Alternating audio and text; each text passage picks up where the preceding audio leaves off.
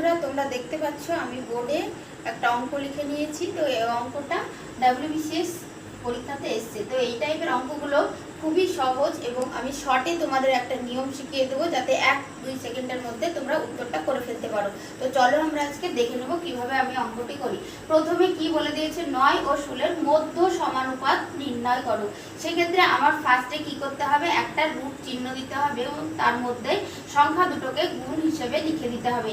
এরপর আমার কাজ কি হবে, 9কে আমি যদি উৎপাদকে ভেঙে নিই তাহলে হচ্ছে 3 গুণ 3 এবং এরপর 16কে যদি আমি উৎপাদকে ভেঙে নিই তাহলে কত হবে, 4 4 16, 4 গুণ 4। তাহলে আমরা জানি বর্গমূল চিহ্ন দিলে বর্গমূলের ভেতরে যে সংখ্যাগুলো থাকে সেক্ষেত্রে দুটো একই রকম সংখ্যার জন্য আমরা বাইরে একটা করে সংখ্যা নিয়ে নিব। সেম এইখানেও আমি একটা সংখ্যা নিয়ে নেব। তাহলে আমার হয়ে গেল 3 4 কত না 12, 3 4 12। তাহলে আমার